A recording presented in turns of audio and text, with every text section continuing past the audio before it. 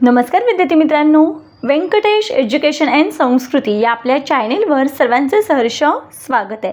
आजच्या व्हिडिओमध्ये आपण स्कॉलरशिप शिष्यवृत्ती परीक्षा इयत्ता 7वी विषय गणित। आजच्या व्हिडिओमध्ये आपण गणित या विषयाची जी प्रश्नपत्रिका आहे त्यातले काही महत्त्वाचे प्रश्न जे वारंवार परीक्षेला विचारले जातात आणि ते मुलांनी केलेच पाहिजेत, करूनच ठेवले पाहिजेत असे प्रश्न आजच्या व्हिडिओमध्ये आपण सोडवून घेणार आहोत। व्हिडिओ सर्वांनी शेवटपर्यंत बघा, कारण यातील प्रत्येक प्रश्न आपल्या परीक्षेच्या दृष्टीने महत्त्वाचा आहे। नेहमीप्रमाणे व्हिडिओ आवडल्यास व्हिडिओला लाईक करा, आपल्या मित्रमैत्रिणींना शेअर करा, चॅनलवर नवीन असाल तर चॅनलला सबस्क्राईब करा। तुम्हा सर्वांचे मी मनापासून आभारी आहे। आपण या चॅनलला जो उत्तमाचा प्रतिसाद देत आहात, सपोर्ट करतात, त्यासाठी मी तुमचे मनापासून आभारी आहे। चला बघूया आपण। इथे पहिला प्रश्न असा दिला आपल्याला, p-5 ही एक विषम संख्या आहे, तर तिच्या पुढची क्रमाने येणारी 11वी समसंख्या कोणती? बघा, यासाठी आपल्याला एक सूत्र वापरायचं आहे। तर ते सूत्र काय आहे बघा, सूत्र पण खूप वेगवेगळे आहेत। आता आपल्याला काय सांगितले, विषम संख्या दिले आणि त्याच्यानंतरची समसंख्या विचारले। मग इथे सूत्र वापरताना आपल्याला असं वापरायचं आहे, दिलेली विषम संख्या अधिक 2x - 1। बघा दिलेली विषम संख्या कोणती आहे? p-5 ही एक विषम संख्या। मग इथे लिहून घेऊया, p-5 वजा 2x। आता x म्हणजे काय, कितवी? 11वी, म्हणून मी इथे x च्या ठिकाणी 11, मग कंसामध्ये 2 आणि इथे काय येणार आहे, 11 वजा 1। आता बघा, आपण हे चौकोनात टाकूया, p-5 वजा, बघा 11 दुने 22 वजा 1। आता मला सांगा, p-5, सॉरी इथे अधिक चिन्ह आहे,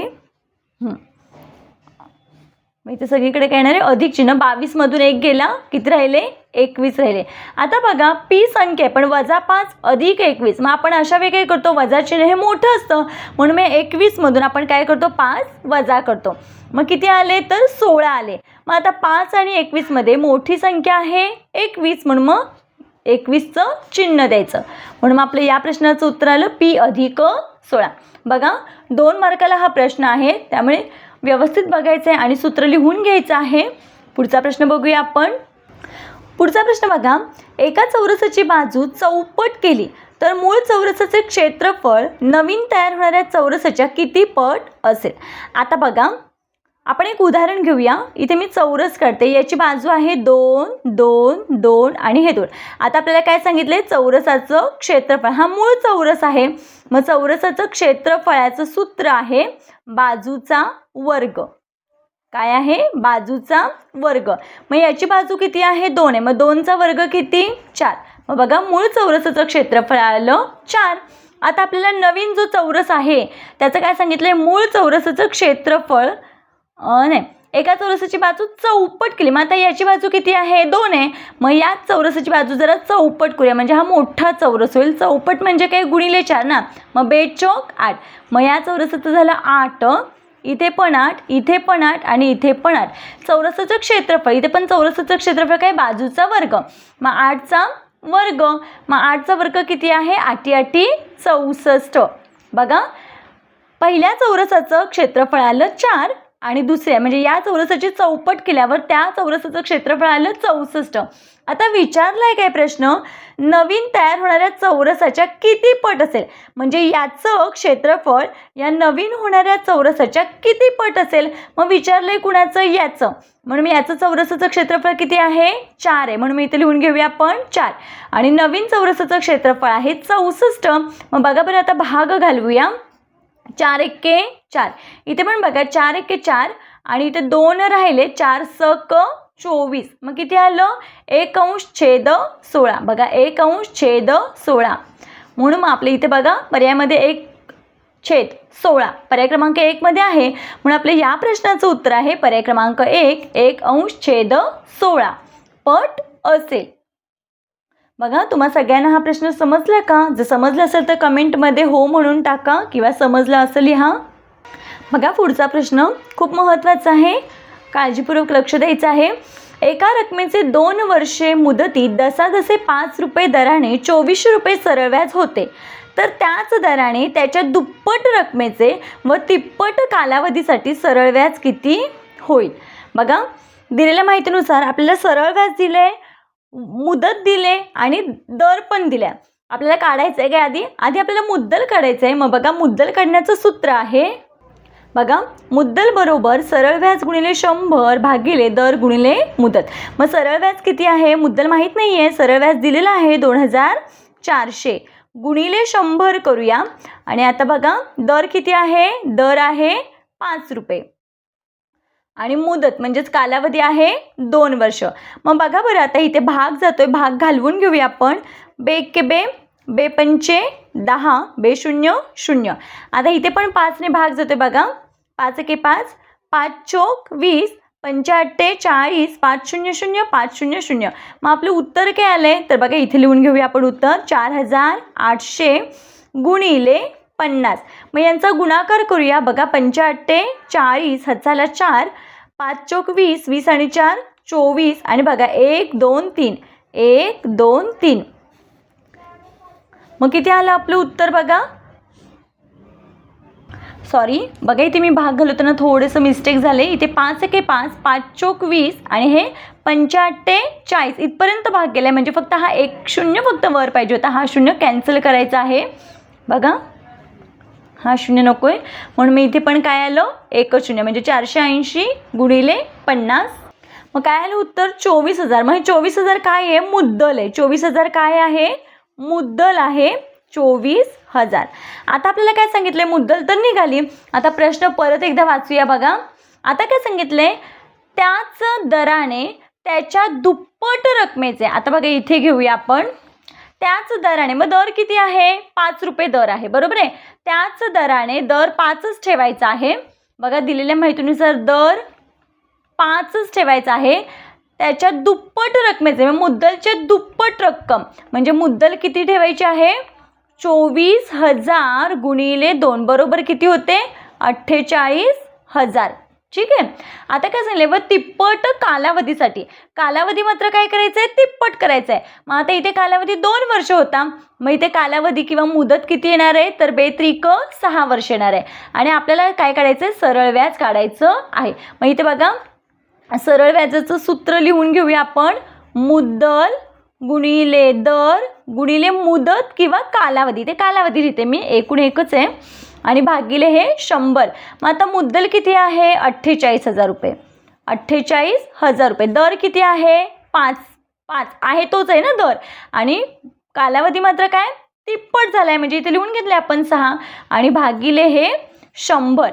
आता बघा, या शून्याला हे 0 कट झालं. आता आपण काय करूया, बघा हे 480 आहे तसं लिहून घेऊया.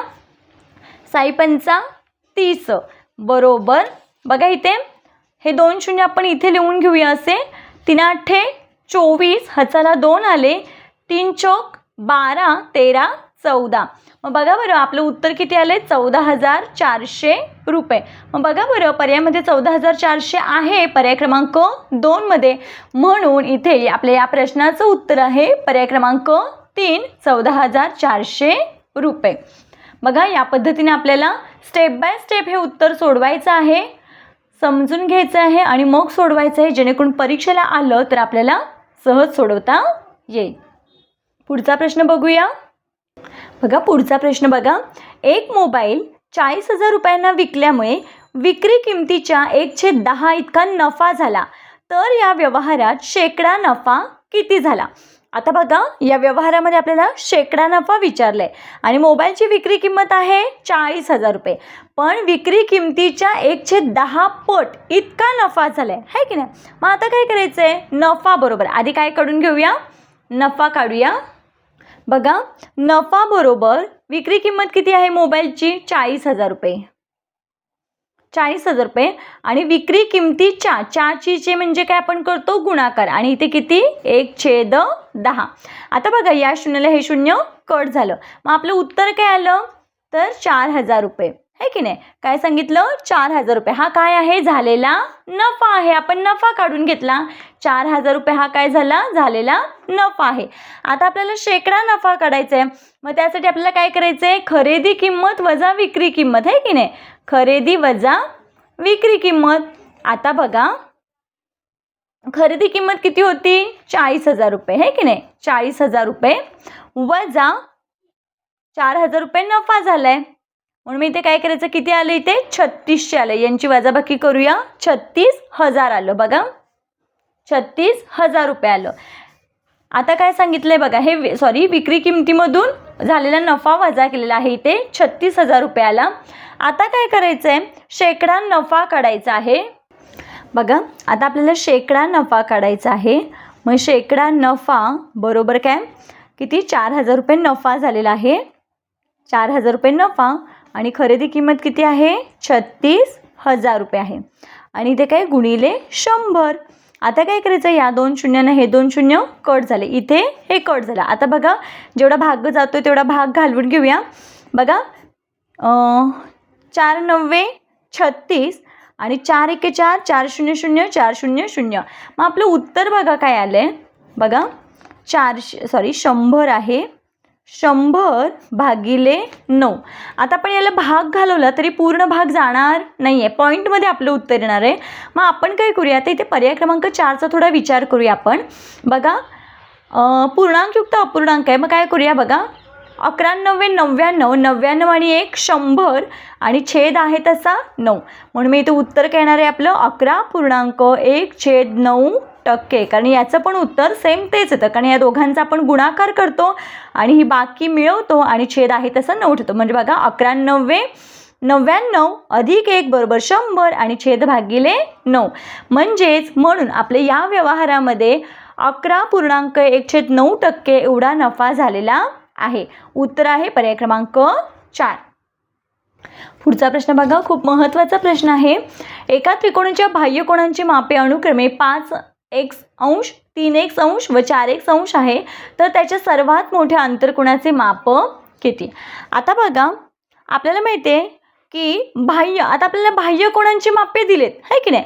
मग आपल्याला हे पाहिजे की जसं अंतरकोणाचं माप 180 अंश असते तसं बाह्य कोणांच्या मापांची बेरीज असते 360. मग आपण काय करूया बघा, आपल्याला आता दुसरी काही माहिती माहीत नाही, एवढंच माहिती आहे 5x 3x आणि 4x. मग हे सगळे बाह्य कोण आहेत, मग त्या सगळ्यांची बेरीज किती आली पाहिजे 360 अंश आली पाहिजे. मग यांची बेरीज करूया. 5 आणि 3 8 9 10 11 12. किती आलं हे 12x बरोबर 360. आता xची किंमत काढूया. मग काय करूया 360 भागिले 12. हे इथे गुणाकार होते, इकडे आल्यावर भागाकार. मग बघा यांचा जर भाग घालला तर आपलं उत्तर किती येतं बघा. 12 1 12 12 2 24 12 3 36 आणि 12 0 0. मग x बरोबर किती आलं 30 अंश आलं. आता बघा दिलेल्या माहितीनुसार पहिला काय आहे 5x आहे की नाही. मग 5x आहे, xची किंमत माहीत झाली आपल्याला. मग 5 गुणिले 30 करूया. x बरोबर 30 काढला. मग 5 3 15 आणि हा 0 150 अंश. आता बघा दुसरा आहे 3x म्हणजेच 3 गुणिले 30 बरोबर 3 3 90 अंश. आणि चौथा आहे 4x म्हणजे 4 गुणिले 30 बरोबर किती 4 3 12 120 अंश. आता हे झाले बाह्य कोण, म्हणजे एक बाह्य कोण आहे 150 अंश, दुसरा आहे 90 अंश आणि तिसरा आहे 120 अंश. पण आपल्याला विचारले काय, तर त्यांच्या सर्वात मोठ्या आंतरकोणाचे माप विचारले. मग आता बघा इथे एक नोट डाऊन करायचं आहे. आंतरकोण आणि संगत बाह्य कोण रेषीय जोडी तयार करतात. मग त्यांची बेरीज किती असते 180 अंश असते. म्हणजे आतमधला अंतरकोण आणि बाहेरचा हा बाह्य कोण ह्यांची एक रेषीय जोडी तयार होते की नाही, एक रेषीय जोडी तयार करतात आणि मग त्यांची बेरीज किती असते 180 अंश असते. मग आता काय करायचं बघ, बाह्य कोणांची तर आपल्याला माहीत झालं. आता आंतरकोण, मग आंतरकोण किती मापांचा असतो 180 अंशाचा असतो आहे की नाही. आंतरकोण तिन्ही कोणांची बेरीज किती असते 180 असते. मग आता काय करायचं आपण या 180 मधून हे जे बाह्य कोण आहेत ते काय करूया वजा करूया. 150 मी वजा केला, किती आलं 30 अंश आलं. ठीक आहे. आता 180 मधून हा 90 मी वजा करते, मग किती आलं तर 90 अंशच आला. ठीक आहे. आणि या 180 मधून मी हा 120 काय करते वजा करते, मग इथे किती आलं 60 अंश आला. हे सगळे अंश आहेत, इथे अंश आहेत हे सगळे. आता बघा आपल्याला हे सगळे अंतर कोण आहेत, म्हणजे एक आहे 30, 90 आणि बघा यांची जर तुम्ही बेरीज केली तर बरोबर 360 येते आणि यांची जर तुम्ही बेरीज केली तर बरोबर 180 येते. कारण आंतरकोणांच्या म्हणजे त्रिकोणांच्या तिन्ही आतमधल्या आंतरकोणांची बेरीज किती येते, 180 असते आणि बाह्यकोणांची बेरीज असते 360. आता बघा विचारले काय, सर्वात मोठ्या आंतरकोणाचे माप किती. मग बघा याच्यामध्ये सर्वात मोठा कोण कोणता आहे तर 90 अंश हे मोठं आहे, म्हणून मग सर्वात मोठ्या आंतरकोणाचे माप आहे 90 अंश. मग 90 अंश कुठे आहे तर बघा इथे पर्याय क्रमांक 3 मध्ये आहे, म्हणून इथे आपल्या या प्रश्नाचं उत्तर आहे पर्याय क्रमांक 3. बघा प्रश्न बघितला की अवघड वाटतो, पण जर आपण या पद्धतीने सोडवला, थोडंसं ट्रिक समजून घेतल्या तर आपल्याला हा प्रश्न सहज सोपा जाणार आहे. या पद्धतीने आपण आजच्या व्हिडिओमध्ये काही महत्त्वाचे प्रश्न जे मला वाटले किंवा जे वारंवार परीक्षेला विचारले जातात ते आपण आजच्या व्हिडिओमध्ये सोडवून घेतलेले आहेत. आशा करते आपणा सर्वांना हा व्हिडिओ आवडला असेल. व्हिडिओ आवडल्यास लाईक, शेअर, सबस्क्राईब. आजचा व्हिडिओ कसा वाटला ते कमेंटमध्ये नक्की सांगा. भेटूया पुढच्या व्हिडिओमध्ये. तोपर्यंत नमस्कार. थँक्यू.